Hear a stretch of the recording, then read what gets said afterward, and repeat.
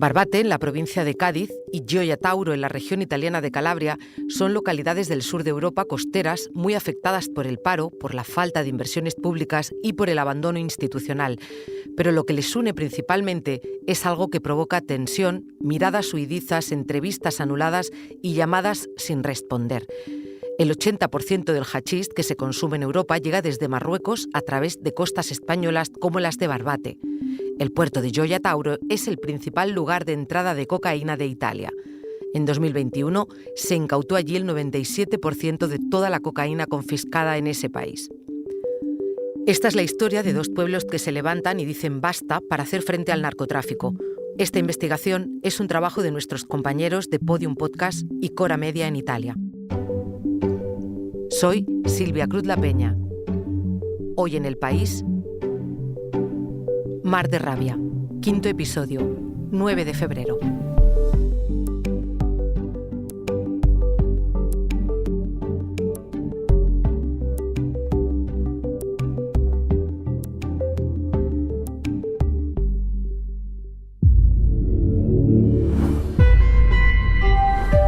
Podium Podcast. Lo mejor está por escuchar.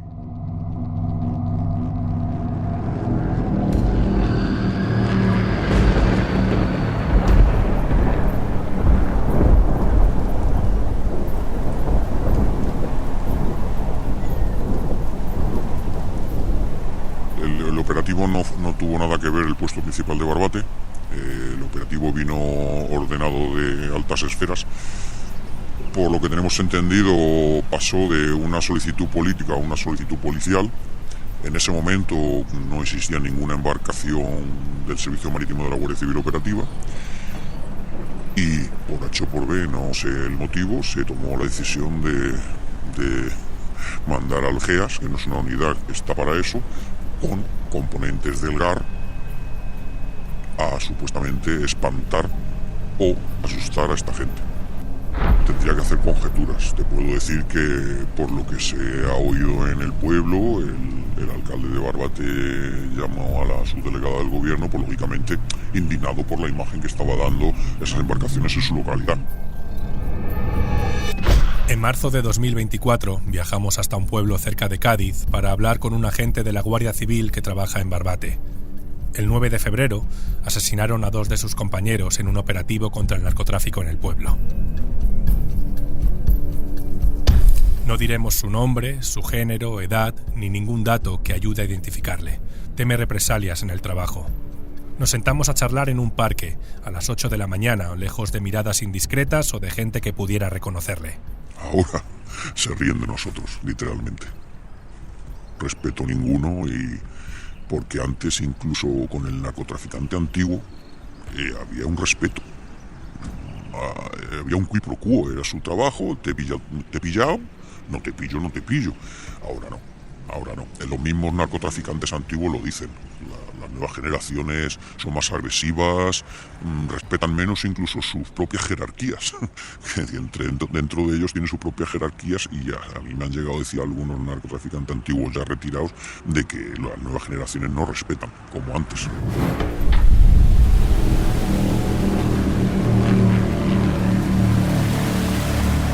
Mar de Rabia. Una coproducción de Podium Podcast y Cora Media. Episodio 5, 9 de febrero.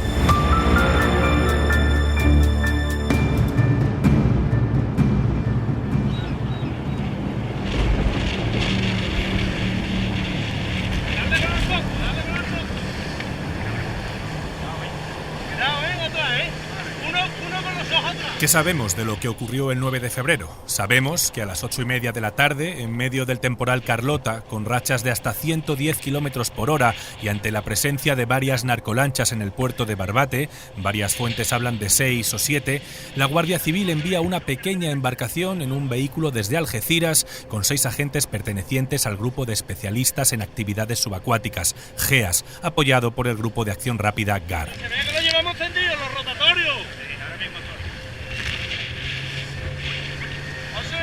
Enciende el rotador. El capitán ordena que la embarcación entre al agua para que las narcolanchas los vean y se marchen del puerto. Todas las embarcaciones menos 2 huyen. Los GEAS y los GAR empiezan entonces una persecución a esas 2 narcolanchas que están realizando distintas maniobras. En medio del operativo, una de las narcolanchas embiste a la Zodiac de la Guardia Civil y mata a los agentes Miguel Ángel González, miembro del grupo de especialistas en actividades subacuáticas, y a David Pérez Carracedo, del grupo de acción rápida.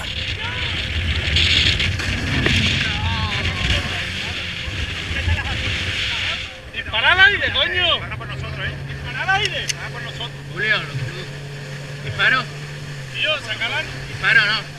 Lo que estamos escuchando es el vídeo grabado por las cámaras de los agentes antes del asesinato y forma parte del sumario que se filtró a la prensa mes y medio después de lo sucedido. ¡Sácala, coño! Ya está el arma aquí. ¿Aquí dónde está el giro? ¿Tú tienes el arma ahí? Cuando empezamos a hacer este podcast, a finales de 2023, casi todo el mundo con el que hablábamos nos insistía que Barbate es un lugar tranquilo, que el narcotráfico no es más que un cliché, algo que usa la gente de fuera para estigmatizar al pueblo. Después de hablar con decenas de personas, de conocer sus calles y contar cómo es la tranquila Barbate, la realidad nos golpeó a todos como si fuera una ola.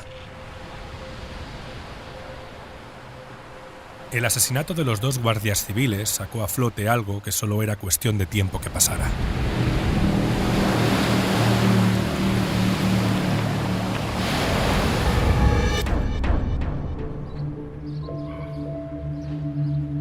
Se veía venir, por desgracia se veía venir.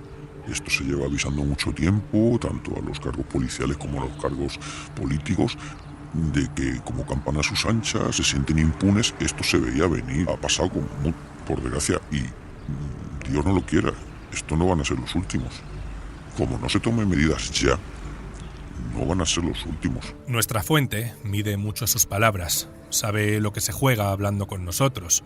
Desde el asesinato, las cosas en Barbate están muy alteradas. La atención mediática está en el pueblo y se cuentan como novedosas cosas que en realidad son habituales. Vamos a partir de la base de que lo que pasó ese día no era la primera vez, ¿vale?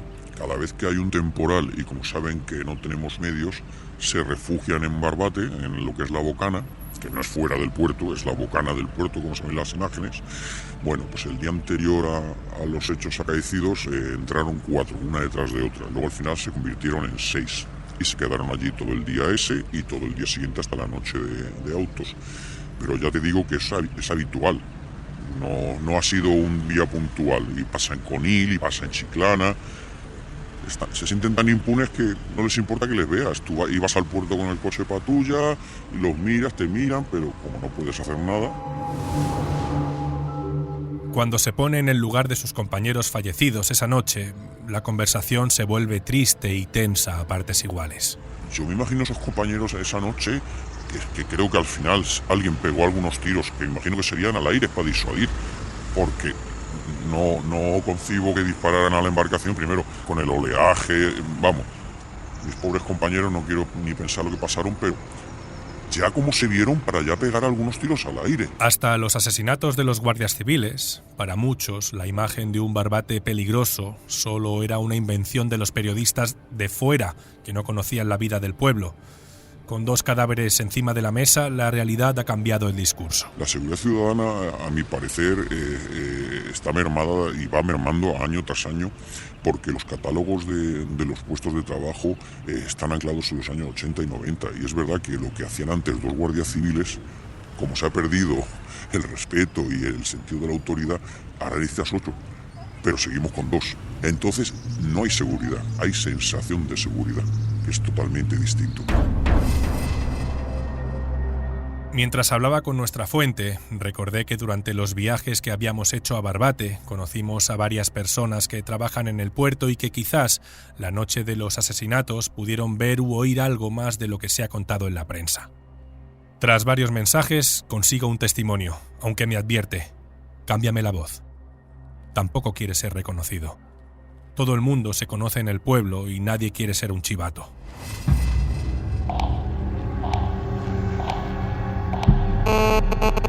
Y sobre todo ya lo que sí es una barbaridad el hacer ese operativo con esos medios y desde luego en la situación por la noche y con el temporal. Pues yo no lo entiendo. Hombre, a mí me preocupa la educación que se le pueda estar dando a la juventud de Barbate y la poca salida laboral que puedan tener, y evidentemente por mucho que tú quieras que las cosas puedan cambiar, la realidad es complicado si no tienen expectativas, y es un dinero fácil. Imagínate que si es dinero fácil, que por los comentarios que habían por aquí, que pagaban 1.000 euros para que los que querían llevarle comida. ¿Comida a quién? ¿A los detenidos? A la lancha. Aquí estaba la Guardia Civil, estaban ahí, miraban desde el espigón y como tampoco tenían medios, pues evidentemente tampoco podían hacer nada. Estuvieron esperando hasta el viernes, que fue cuando hicieron esa operación.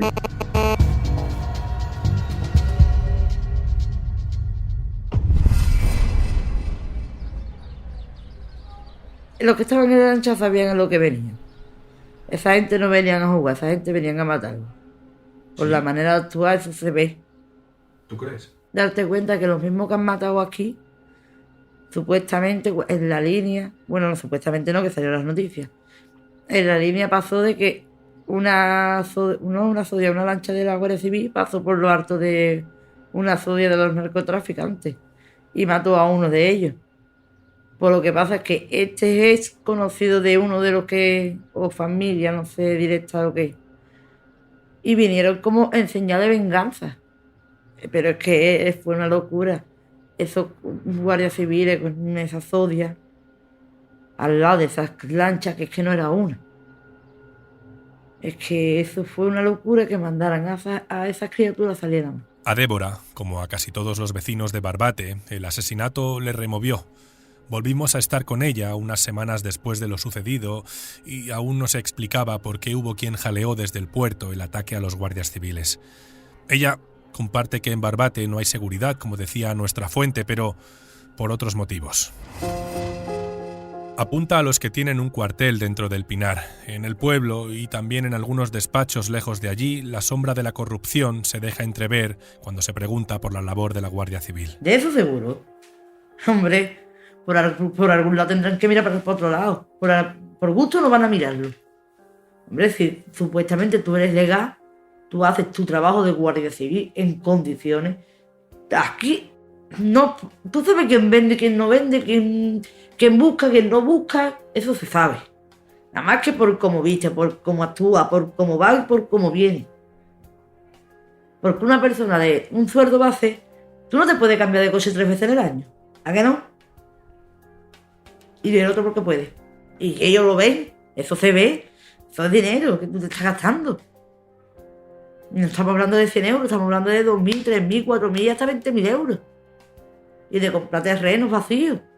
Y ellos no miran para otro lado. Es que yo voy a hacer Guardia Civil, me voy a montar Guardia Civil. Voy a coger yo también el sobrecito por debajo de la mesa.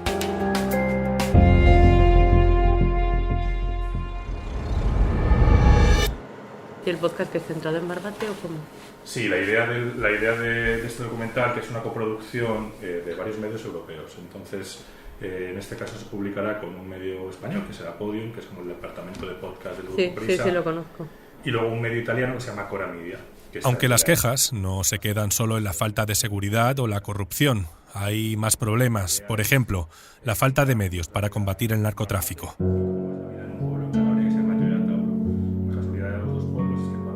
Nos reunimos con Ana Villagómez en su despacho en el Palacio de Justicia de Cádiz. La provincia de Cádiz es muy peculiar, es la única provincia en España que cuenta con 3 fiscales delegados antidroga, porque tenemos la Fiscalía de Área del Campo de Gibraltar, en la que hay una fiscal delegada antidroga, la Fiscalía de Área de Jerez de la Frontera, que abarca Sanlúcar, Rota. Ana Villagómez, de origen zaragozano, lleva trabajando como fiscal en Cádiz desde el año 1991. En 2001 fue nombrada delegada de la Fiscalía Especial Antidroga de la provincia. Al principio estaba ella sola. Desde 2019, como delegada autonómica, también coordina la labor de todos los fiscales delegados provinciales de Andalucía y Melilla. Su misión es unificar criterios en la lucha contra el narco. Yo creo que algo estamos consiguiendo hacer. Es verdad que no todo lo que se podría conseguir, debido no solamente a que ellos son más y tienen mejores medios y que tienen más dinero, efectivamente, pero también debido al sistema judicial que tenemos, el sistema procesal penal. Nosotros no somos capaces de sacar causas de un determinado número de investigados adelante en un tiempo razonable. Entonces, claro, la sensación es un poco como es una sensación de impunidad de ellos, porque ven que aunque estén en prisión un año y pico, vuelven a salir, siguen teniendo su red, siguen teniendo su capacidad de afectar otra vez al bien jurídico, de volver a traficar con droga. Ana habla de una lucha desigual entre el narco y el Estado. El día que nos atendió en su despacho apenas había movimiento por los pasillos del edificio. Era primera hora de la mañana y la mayoría de las personas que trabajan allí no habían llegado. En la tranquilidad de su amplio despacho, lleno de archivadores y carpetas con distintos casos, nos habló de la evolución del narcotráfico en todo Cádiz. Cuando llegó a la provincia, la gente se dedicaba a descargar la droga y guardarla. Luego, los alijos se hicieron más grandes y a partir de los años 2000, los que en un primer momento eran pequeños grupos que se dedicaban a recibir el hachís y guardarlo, se convirtieron en suministradores o intermediarios. Llegar a quien organiza todo eso es complicado, porque muchas veces ya está organizado, no hace falta ni que el jefe diga lo que hay que hacer, sino que ya todos saben cómo tienen que actuar. Reciben, incluso igual ni conocen a quién es el que organiza todo. A ellos les pagan su parte y ya está. Entonces, bueno, pues es muy complicado investigar todo esto, sí. La fiscal es una experta en su trabajo contra el narco, pese a las complicaciones, la falta de personal o la cantidad de operativos que se llevan a cabo. Este trabajo le ha hecho merecedora de, entre otras, la Cruz de Plata de la Orden al Mérito de la Guardia Civil y la Medalla de Plata de la Orden al Mérito del Plan Nacional sobre Drogas. Nosotros tenemos un límite de 18 meses de las investigaciones y bueno, a veces pues tardan en hacer un alijo porque se requieren pues muchos detalles, que el tiempo, cómo está en Marruecos para salir la droga, la embarcación, si puede entrar. Entonces, pero bueno, en principio con esas investigaciones se puede intentar avanzar, pero claro, nosotros nos quedamos probablemente en los jefes de los grupos locales, porque los dueños de la droga evidentemente están en Marruecos o en Málaga o en el extranjero incluso. Ana es muy crítica con los límites del sistema judicial antidroga de nuestro país.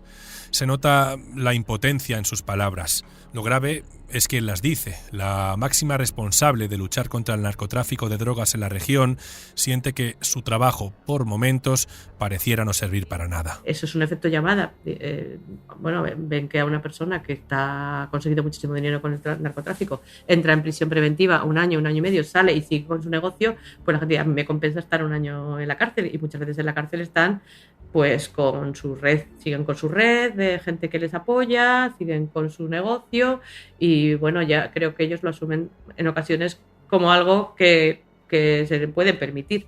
Entonces, mientras no cambiemos el sistema procesal y seamos capaces de imponer penas en un tiempo más corto, imaginemos que dentro de un año a personas que han cometido un delito podemos mantenerlas en prisión y les ponen 4 o 5 años de prisión o lo que corresponda, pues a lo mejor esto se ve como que es algo que puede sucederte. Mientras tanto, vamos a seguir, pues yo creo que igual que ahora. A pesar de la desilusión que impregna su discurso, en ningún momento de nuestra conversación, de más de 50 minutos, perdió la amabilidad, el tono cordial, honesto y agradable.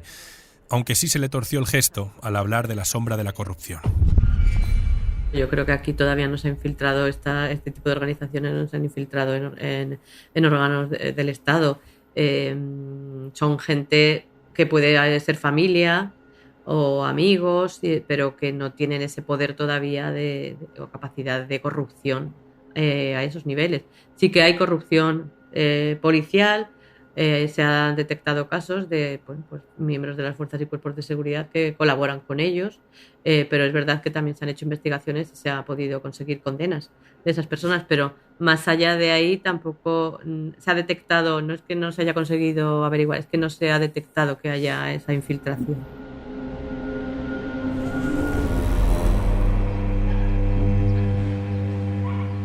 Yo entiendo que el Poder Judicial tiene sus leyes y tienen que hacerlas cumplir, pero muchas veces te sientes acosado por el propio Poder Judicial porque dices, vas a juicios y dices tú, pero si el malo no soy yo, el interrogatorio parece que lo he hecho mal yo. Y yo lo que he querido es dar seguridad al ciudadano, proteger al ciudadano. ¿Por qué me pasa a mí esto? A mí se me han dado casos de tener que decir, perdone, señoría, creo que ha habido un error. El inculpado es este señor, no yo. Las acusaciones cruzadas, ya sea por corrupción, ya sea por exceso de celo entre quienes luchan contra el narcotráfico, no suelen abrir informativos, pero son de ese tipo de comentarios que, aunque normalmente se escuchan, nadie se atreve a decir con un micrófono delante. A nuestro contacto de la Guardia Civil le preguntamos sobre qué pasa en un pueblo después de que hayan asesinado a 2 compañeros, cómo es el día después, cómo es el enfrentarse a los narcos siendo 2 agentes en el pueblo. Porque sois 2 y enfrente ¿cuántos puede haber? Pues hombre, en un alijo habitual puede haber 15 personas descargando, el patrón de la embarcación, el que lleva el coche con la droga. Pues entre 15 y 20 personas tranquilamente en la playa. Nuestra fuente se encoge de hombros, arquea las cejas, mueve las manos en señal de que no pueden hacer mucho más. La experiencia de quien se enfrenta a los narcotraficantes le ha enseñado que hay momentos donde de poco sirve el uniforme. Por lo que tenemos entendido ahora, yo no se me ha dado el caso de requisar ninguna. Se han encontrado pistolas, se han encontrado incluso subfusiles y fusiles de carácter militar. Muchos de ellos de origen ruso, a través de Marruecos, un Kalashnikov, y tú vas con tu pistola Beretta, tu chaleco antibalas, que gracias a Dios ya por fin lo tenemos, y a ver lo que surge. El narcotraficante siempre va por delante porque tiene ingentes cantidades de dinero. Tiene ingentes cantidades de dinero y tiene mano de obra continuada.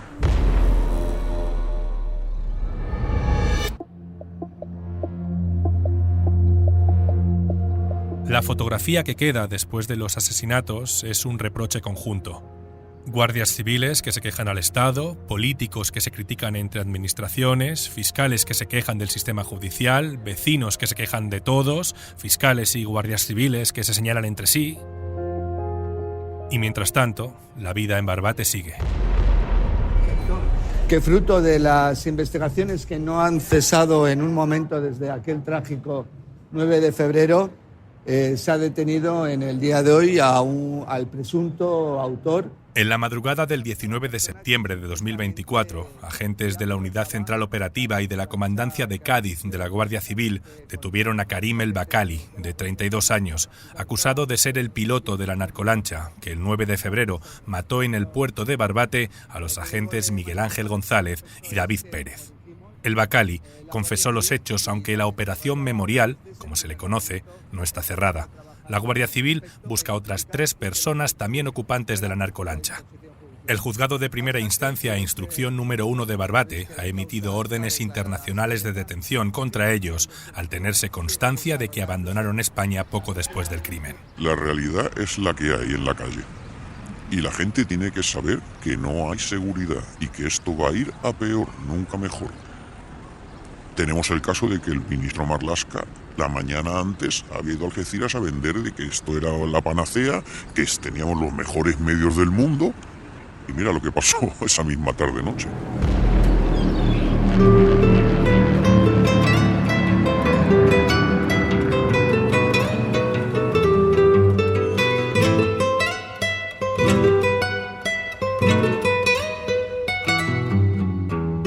Mar de Rabia es una serie coproducida por Podium Podcast y Cora Media. Forma parte de WePod, un proyecto de colaboración financiado por el programa Europa Creativa de la Comisión Europea. Narración, Manu Tomillo. Investigación, reportaje y guión, Manu Tomillo, Javi Caminero, Francesca Berardi. Edición, Ana Rivera. Diseño de sonido, Elizabeth Bua. Diseño artístico, Agencia Player. Project Manager, Enar León. Productora ejecutiva, Ana Rivera. Coordinador de producción y redacción, Alexander Damiano Ricci, de Europod. Esta coproducción está financiada por la Unión Europea. No obstante, Las opiniones y puntos de vista expresados son responsabilidad exclusiva del autor o autores y no reflejan necesariamente los de la Unión Europea. Ni la Unión Europea ni la autoridad que concede la subvención pueden ser consideradas responsables de las mismas.